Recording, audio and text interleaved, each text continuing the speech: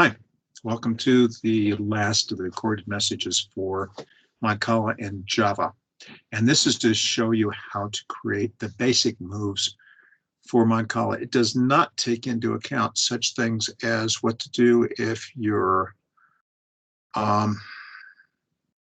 last piece lands in an empty pit on your own side, or what to do when one side is emptied out. Those are items that you need to decide how you're going to handle and add those to the tool when it's time to finish off the last project. So I'm going to go ahead and just get into it. And so we'll just start with a file I added called ANSI_colors. This is a new class, and it's just go through and give the escape sequence for ANSI, which is American National Standards Institute. And I have a link on my web page under ClickHealth Alliance Java, and the subpage is creating Mancala with Java. Then if you see the sequences, the main sequence is the close 31, and these are just, if you notice, it's 30, 31, 0 for reset. These are all the colors.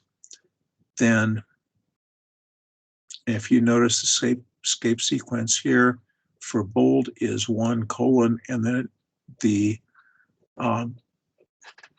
black color and the green color, etc. It just adds a 1:, or 1 semicolon in front of the escape code for the color itself.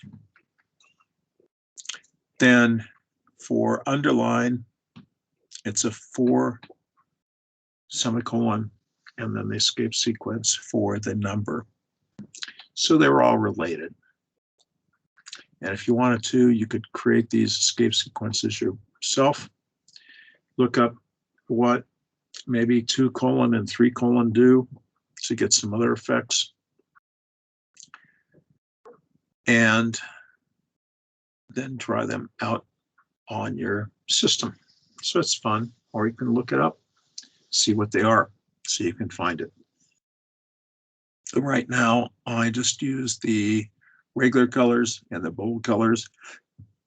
On some things, I was tempted to use the underlines, but I'm not going to now. That's up to you. You can go do whatever you want with your code, especially the final code. This one will just go through and show you the basic moves of grabbing all the stones in one pit and then moving them one at a time counterclockwise until you run out of stones. And then the one thing it does check to see is if the last stone was dropped in your own Mancala, and if it is, then you get to go again. And this takes care of it, because the one thing, if you remember from the stub presentation, is it returns either 0, 1, or 2, depending on what goes next. And one of the things that determines what goes next is the last pit that your last stone is placed in. And if it happens to be your own Mancala, then you get to go again, and the algorithm has to take care of that up front. So I take care of that for you. And you can see what this looks like. There are dark green letters above the top player and dark blue letters below the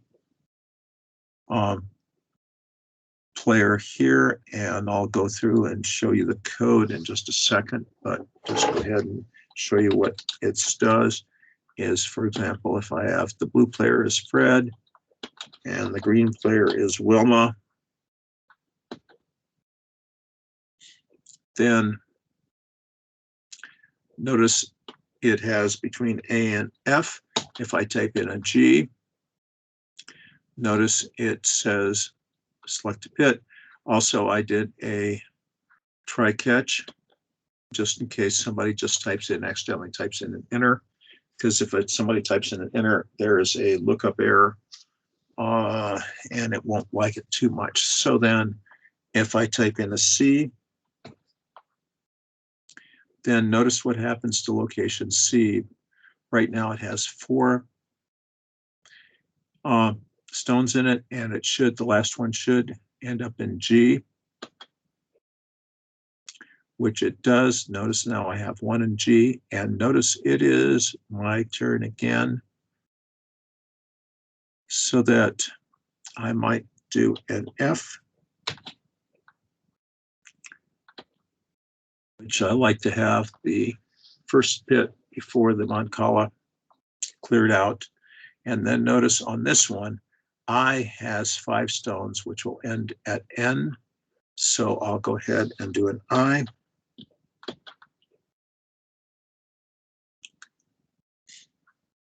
And it's my turn again. And I might get rid of my first pit. And notice now I have 2 and 2 in the 2 Mancalas. And so it is the first turn again. And notice I have 5 and 5. So I might do a B, which should end. And it should be my turn again. So I will do an F, which notice there's only 1 in, and then it's my turn again. And I might do a A.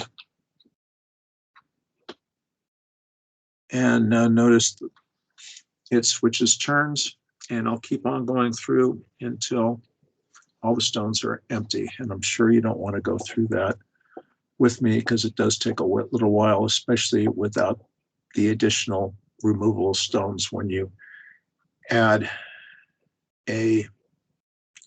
like this one, if there were any stones, which there were 5 stones over here, on the grab stones of the opposition, I have 1 stone here, which is the last stone I dropped. I'd check the opposite sides pit, and notice there are 5 stones here. So technically, the first player should be able to take this 1 stone and these 5 stones, remove them from the board, and put them in their own Mancala. But that's something for you to add in the next session.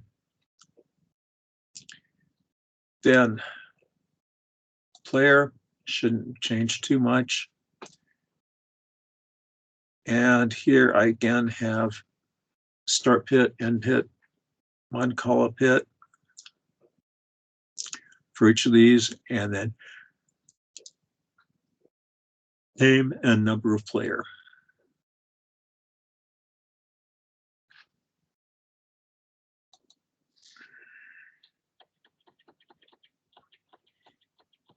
And notice the only thing I have here are get player number, get Mancala pit, get end pit, etc. Start pit name.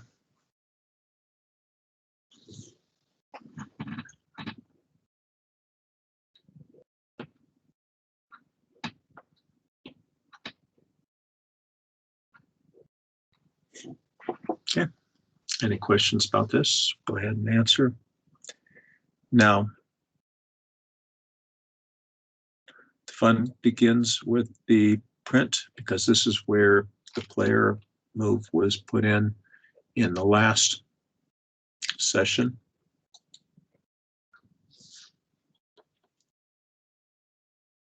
And there's the rules there and the print board.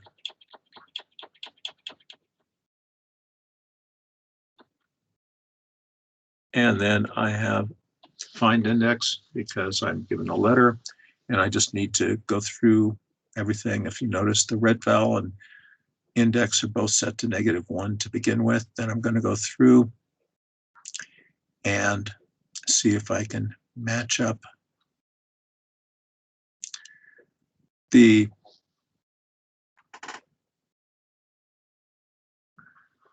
we'll match up everything, match the letter to the proper location, and then notice I then find the index of each letter if I can find one. If I don't find one, then I return a -1.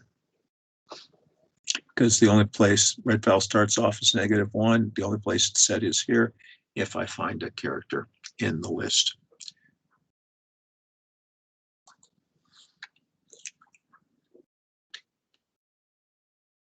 Then also notice that I do add comments here.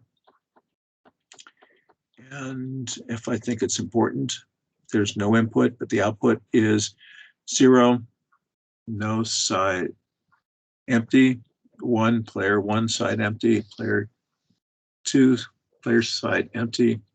And so I just loop through the numbers and see if either side is empty. And if you notice, I have a red vowel which starts off at 0.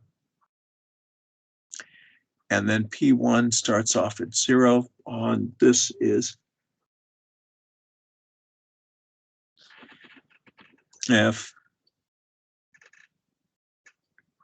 side 1, any of the pits in side 1 are empty, then it sets P1 to 1. And likewise, if anything on the bottom side, top side, or player 2's side is empty, then I set a P2 to 2. Default, both P1 and P2 are 0.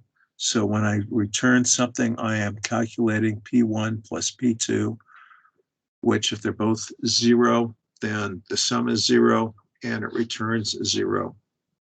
And you keep on playing. Otherwise, 1 is passed back.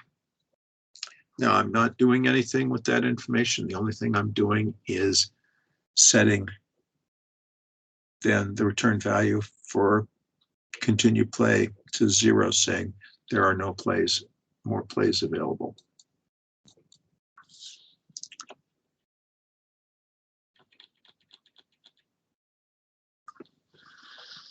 This one is a little more interesting.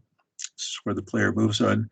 Notice I'm passing a player, so I can gather all the information about the Mancala, the end pit, the start pit, and the player number.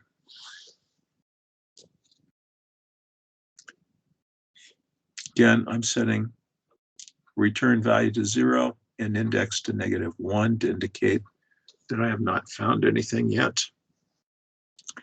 And then loop is true, and again is false. I set the beginning letter to Z, so if nothing is typed in, then hopefully I'll find an error.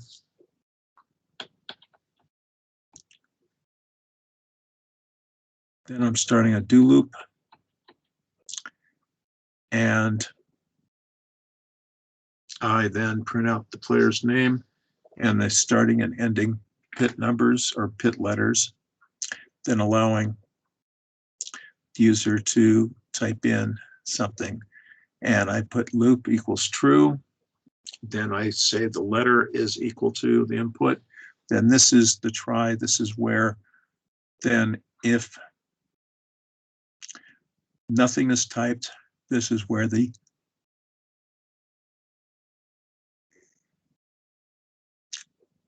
string index out of bounds, because it doesn't have a string index for a blank or nothing being entered or null being entered. So then it will go through and catch, please enter a letter, and sets the default letter to Z. So there is something to then check against, because I am then passing in the letter. And if it's not set to Z, then it will cause a problem with the other function. So it has to have some letter here.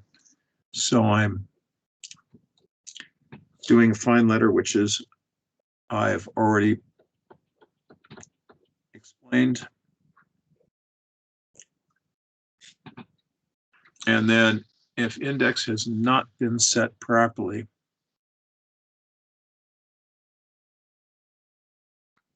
which it will be set to -1 if nothing was found. So if it's not equal to -1 and the index is greater than the start pit position, greater than or equal to start pit position for that player, or less than or equal to the end pit for that player.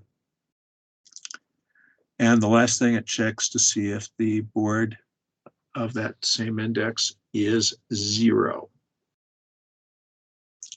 And if it is, then it won't allow you to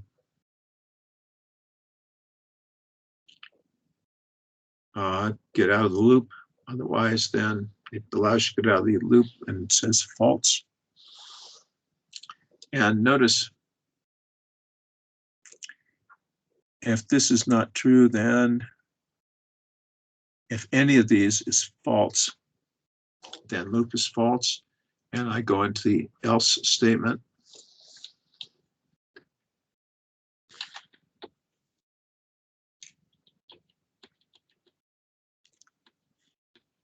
At which point, then I print out, select the pit on your side that contains stones. And this takes care of all errors, whether there are no stones or you chose a letter that's out of bounds.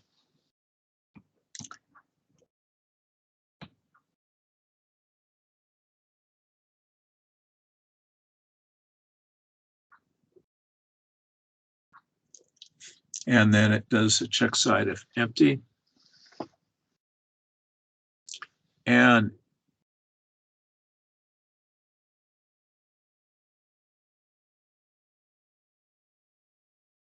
then either 1 or 2 or 3 are returned if it is empty. So therefore, as long as it's 0, you want to loop again. If it's greater than 0, then you know at least 1 is still full. And so if it's greater than 0, we're going to set loop to false. And it's going to send out a message, at least on one side is empty. And set index to -1.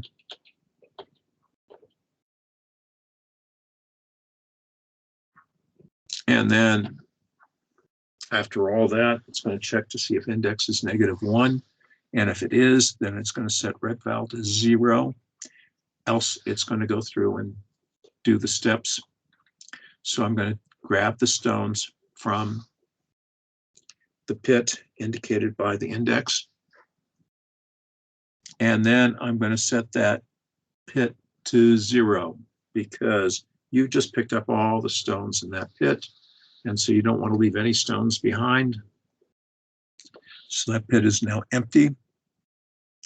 And then as long as stones are greater than 0, I am going to increase the index by 1. That's why I start off with an index of -1.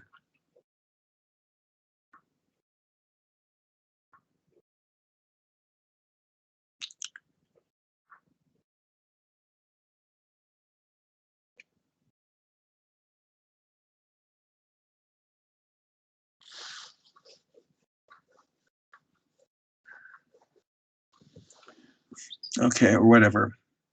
No. So then notice I took care of this, and then after I pick up the stones based on the index, which I had already selected, then I increment the index by 1, and I drop a stone.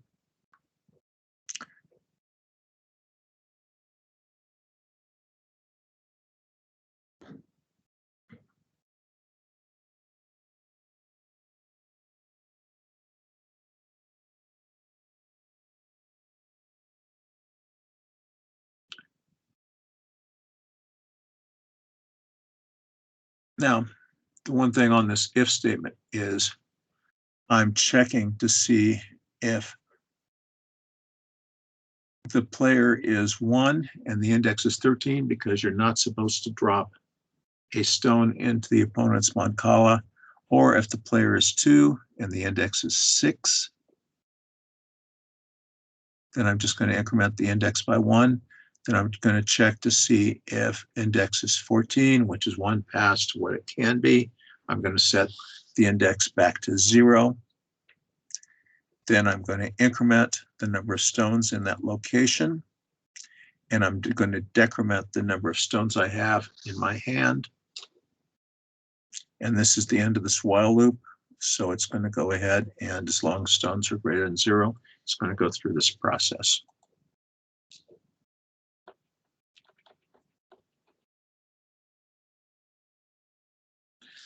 Then after this process is done, after all the stones are dropped, then I check to see if the last stone dropped was in the Mancala for player 1. And if it's so, I'm going to return 1, because that means the player 1 can play again. Otherwise, if the player is 2 and the last Mancala is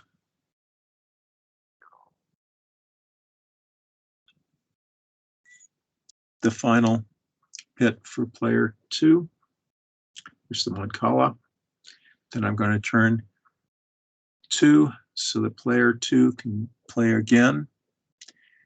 And if not, then if both these cases are false, it drops down through the last if, and I'm just saying if, then the player is 1, then it returns a 2 for player 2's turn. Likewise, or else it returns a 1, because the only other option is player is equal to 1 or 2. So if player is equal to, then I'm going to return a 1.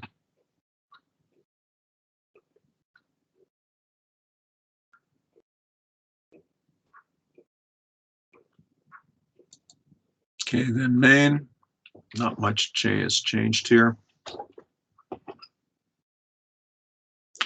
Then, if you notice again, is I'm creating pointers to 2 players and creating the system in scanner, the input. And then I'm printing out the board. And here is one of the places I am using the ANSI color blue. So I'm just printing out this line here in blue and then reading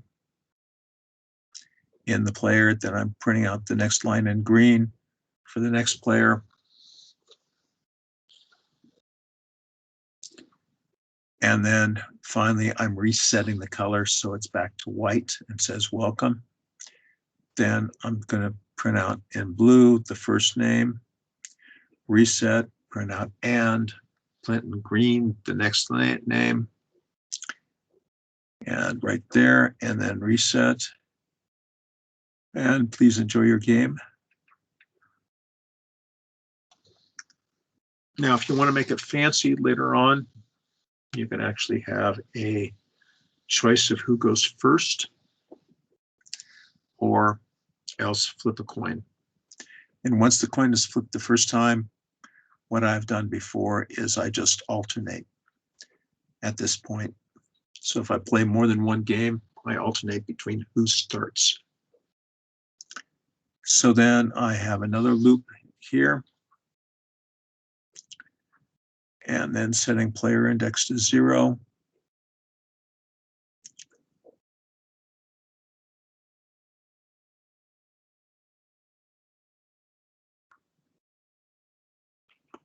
And player index, just it's starting off at 0.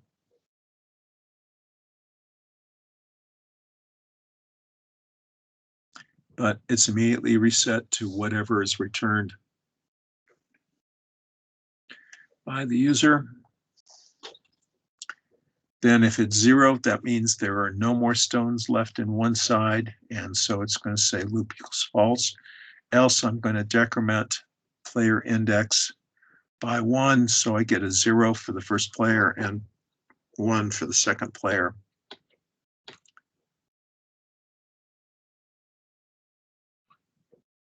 And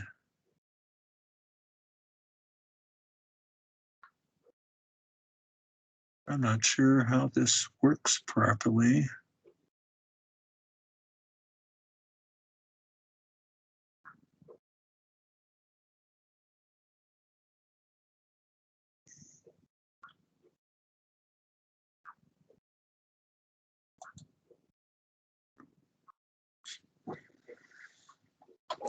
And I'm not sure if I need both, because I need to make sure that current and player index are the same. So I'm just going to say current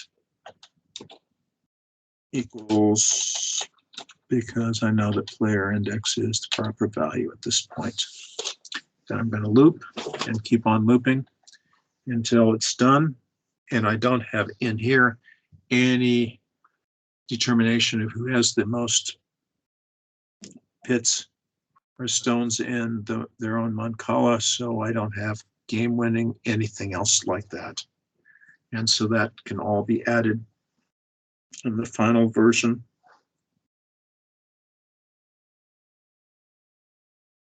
So any questions? If there are, please make a comment or see me in class. Take care.